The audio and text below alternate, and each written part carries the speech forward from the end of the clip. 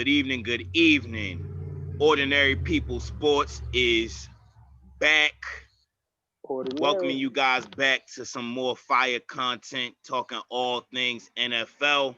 As always, we got the OPS crew with me, Sam, Kale, myself, Brandon, giving you the latest on all things NFL, keeping you abreast of all the important information and the things to know as we move into week 5. This is our Thursday night preview matchup video. We got the Bears versus the Buccaneers. But before we get into that, we're going to start a new segment on today's video. We're going to give you our biggest takeaways from the week that was. So each of us is going to give you an important takeaway or a nice nugget of info from the week that was to get you prepared for the week that is to come. So I'm going to pass it to my man, Sam. Sam, what is your biggest takeaway from the week that was? My biggest takeaway is from the Cowboys-Browns game. I know that the Cowboys, they're really based on the run game with Zeke and they drafted CD Lamb and everything. But I have to flip to the other side of the ball. That defense looks horrid. El Terrible. Beckham had 3 touchdowns. He's talented. I get that. But 49 points, you would have thought it was a college basketball game. That's absolutely ridiculous. I don't know if football man, right, but right. they said this during the draft. The Cowboys need to invest more draft picks and money towards their defense. CD Lamb is good, but CD Lamb is not overcompensating for how bad the defense is. CD Lamb can't cover. Yeah. So, my thing is, I don't know what's going on. And this, what this also proves? This is why Jerry Jones doesn't pay Dak. You almost lost to the Falcons. Okay. Nah. You almost, come on now. You lost to the Browns. The Browns are a mediocre team, but they're not the Chiefs. They're not. Right. This is why you paid the big bucks. So don't be surprised, people, if after this year, Jerry Jones lets Dak walk, and I'm in favor of that. I mean, to the chagrin of my mother and father-in-law, big Cowboy fans, I gotta agree with Sam. To be truthfully honest, they're a botched onside kick away from being 0-4, throwing up Nathan. If the Falcons had just recovered the onside kick instead of playing keep away with the onside kick, Cowboys would be 0-4 right now. I don't think the Cowboys have done a good job of building their roster. I think that they focus so much on the offense, the offensive line, paying Zeke, paying Amari Cooper, bringing in CD Lamb. But what have they really done with that secondary? That secondary is El Terrible. Throw it in the trash, man. They need some corners. They need some safeties. They really got to start investing money in the secondary because some of the better defensive teams like the Ravens and the Patriots have showed you that you should focus on your secondary. So Cowboys are in trouble. And anytime the Browns put up damn near 50 points on you, it's not a good thing. You had OBJ playing soccer after the last touchdown. It's ugly. It's ugly, man. They are horrifying. My cousin, she's a Cowboy fan. A lot of my family Cowboy fans. Me too. She calls them the cardiac Cowboys.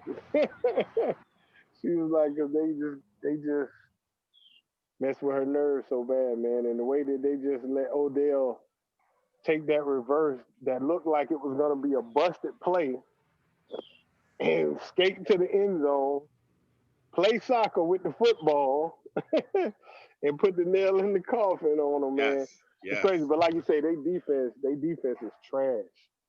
And they go offense so much and figure, oh, well, we can outscore them, but you can't outscore somebody when your defense giving up a touchdown every time they take the field. Correct. This is not Madden. This is not NFL 2K. You need a defense. You need a defense, Jerry. I'm not one to talk because my defense ain't the greatest, but I believe we could beat the Cowboys. Yeah, oh yeah. Um, If the Raiders and the Cowboys play, I'm definitely taking the silver and black.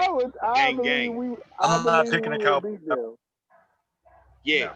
Cowboys are Nah, done. I can't mess with them. All Texas teams will no longer get picked by this man right here. Texans, you're done. Cowboys, you're done.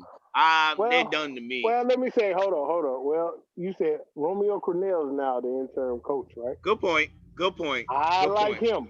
I like him. So now True. he True. might say, you know what? See, this is what Bill was doing wrong. This is what Bob was doing wrong. So let me in there. Romeo Cornell was always smart. True. He was a True. decent coach. He He was. wasn't a coach that was going to take you to the Super Bowl, but he was pretty good. So I'm Yeah. anxious to see if he's going to turn it around. Like, so we'll see. But them not having DeAndre Hopkins is just killing them, letting your best man, your best You should have receiver got him go. for a pick. Man, they should have got him signed, you know?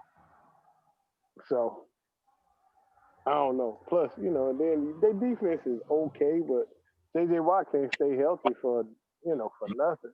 Right. He'll be hurt. He'll be hurt in the next 2 weeks. I hope No not. doubt. I ain't wishing injury on nobody, but it's just likely to happen with him. So I'm anxious to see, how the Texans do. So, but like you said, these Texas teams right now, you gotta cut y'all off. And I work in Texas. I live on the border of Texas and Arkansas, and they hurting down here. They hurting down here right now. Them I Cowboys, bet. them Texans, they got I sports bet. radio jumping. They got sports radio jumping, and not in a good way. Not in a good way. Great point, Sam. Great takeaway. Great takeaway. Um, my takeaway for this week, if you go back and listen to our fire content, our week 4 NFL matchup picks, I predicted Bill Belichick would have a game plan to contain the Chiefs offense. And as always, not only am I right, but I'm handsome as well. And I come through with the key content that This you guy. need Agree with all of to that. know. Not only did Bill Belichick contain the Chiefs, but I would even go further. I found myself as a Ravens fan rooting for the Patriots. And I'm sitting there like, am I committing blasphemy right now? And then I said, no, Brandon J. Booth, you're not committing blasphemy. And here's why. Hey, I was rooting for the Patriots. Exactly. And we I both was are rooting for the AFC. Patriots. Both our teams in the AFC. Been stomped by the Patriots many a time. I don't like the Chiefs. But I'll just say this. I'm really starting to dislike the Chiefs. And it's not because they beat the crap out the Ravens a couple of weeks ago. I call a spade a spade. They stomped us. Here's why I don't like the Chiefs. There were some questionable calls in that game. And I'm feeling like the Chiefs are the new Patriots. They're starting to give Mahomes the Brady treatment. I don't know if anybody saw that personal foul where they called unnecessary roughness when Mahomes slipped on the sideline and the Patriots defender was trying to actually keep himself from slipping and falling because Mahomes slipped and they touched him and they called a personal foul. Or the strip sack near the end of the first half where the Patriots should have got the interception and got the ball, but no. There's just some things that I'm starting to see, some treatment that the Chiefs are getting that I'm starting not to appreciate. But getting back to my biggest takeaway, Bill Belichick did exactly what you need to do against the Chiefs. He put the blueprint out that other teams need to follow. Here's the key. Don't blitz Mahomes. The Ravens proved you can't do that. He's going to carve you up. You have to drop your men in coverage. You have to only rush 3. And you have to strong arm those tackles and push the pocket in to keep him from just getting out and scrambling. So the key, rush 3, drop back in coverage, force the Chiefs to go downfield methodically. Don't just let them throw over the top with Hardman and with Hill. Drop your safeties, play cover 2, rush 3, and try to bull rush those tackles to keep Mahomes in the pocket. I'm hoping that somebody can use the game plan that Bill the Genius concocted on Monday night to go ahead and beat the Chiefs. And I will still say that if Cam did not have COVID, the Chiefs would have lost in Arrowhead. I'm convinced. Question number well and speedy. I'm convinced. So that's Yeah, my biggest I think takeaway. What y'all I got to think say they about could have that, beat. fellas?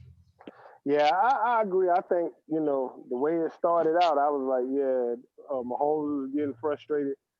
And, because they so used to jumping out the gate on people Right. and jumping ahead, you know what I mean? So for them not to score, it's like, hold up, we not scoring? Like, come on, man, what's going on? It frustrates them. You gotta remember back in the AFC Championship game a couple years. Right, because they offense is such a well-oiled machine that runs and clicks so well. When something ain't right, he's frustrated. You know, but I do believe that the way it was going, if Cam had been involved, it would have been a totally different game because Brian Hoyer was making some bad throws. He needs to be cut tomorrow. Yeah, so I mean, he just signed Kaepernick. Yeah, you wasn't gonna win. I like that, Sam. I don't think that's gonna happen, bro. I don't think that's gonna happen. I think his days is done.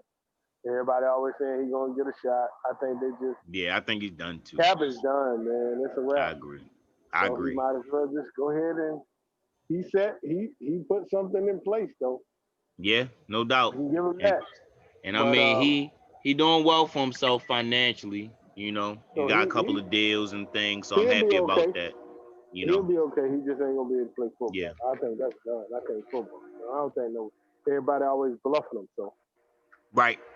Right. That is. But my biggest takeaway is the Chicago Bears, and I'm really looking forward to the Thursday matchup, simply because we got Nick in there, man. Slick Nick. Big Dick Nick. That's what you say. Yeah. Although his dick wasn't looking so good against the Colts on Sunday. The Colts made it look a little small. Right, but he got to get his feet wet. But I think they're gonna do well. And I'm looking forward to this game. I actually think that they can beat the Bucs. That defense, if Khalil Mack and them guys come through, I really feel like they can win this game. Well, we're gonna go ahead and get into the picks then. And my brother Kale, K. Dot, yes, sir. the South Carolina swagger man. Since you're so confident in your Bears at Buccaneers or Buccaneers at Bears, the Buccaneers are 4.5-point favorites. Chris Goodwin is not expected to play. LaShawn McCoy is not going to play. Leonard Fournette is doubtful. Mike Evans is questionable. The Bears look like they have all their key players. Who do you got in this matchup? K. M. And where is this game? This game is at Chicago, the Windy City, home of Give me the Bears, man. Give me the Bears. My man Polo G. I'm going with the Bears, man. I think that they can do this. I'm going with the Bears, man. I think that that defense. I think this is a game that Khalil Mack plays up and get after Tom Brady. Tom Brady can't move. We know that. So he can't take too much of that. So this is actually going to be my upset for the week. The Chicago. I think Chicago can get this thing done, man. I think Nick can get it done. So I can't wait to watch this game tomorrow. So this is gonna be a good game, man. It's gonna be a good game. It definitely is. Yeah. Interesting. What do you think? I'm telling you, man. Watch. Friday morning, I'm gonna hit y'all. We'll see if Kale's prophetic gift is working strong in the sports realm, as strong as it is in the spiritual sector. It was wrong last week.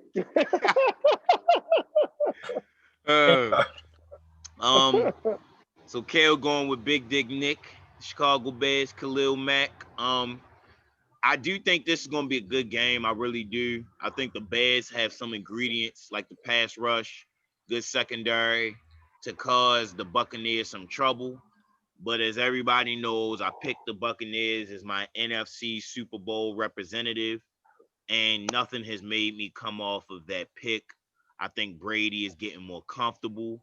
I think the best way to negate a pass rush is screen passes and to get that ball out quick. I think Brady's going to be getting the ball out in 1 second, hike, and it's gone. And I think that he's going to use that tempo, a little bit of up tempo to wear the Bears down.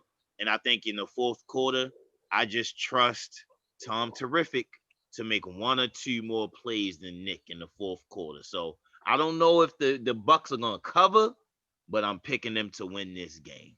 Picking them to win this game. My Bucs are looking good. My Bucs are looking good. Sam, who you got? Kale, you got to be kidding me, man. Picking against TB12? He was bold, wasn't he? He was bold, wasn't he? Hey, listen. That's what I'm saying. Nah, You just see my man Tom come back from 24/7 on Sunday. You know what's the problem with you little young niggas? Let me stop. You know what's the problem with you little young boys? You think Tom Brady forgot that he lost to Nick Foles in the Super Bowl? You think he forgot that?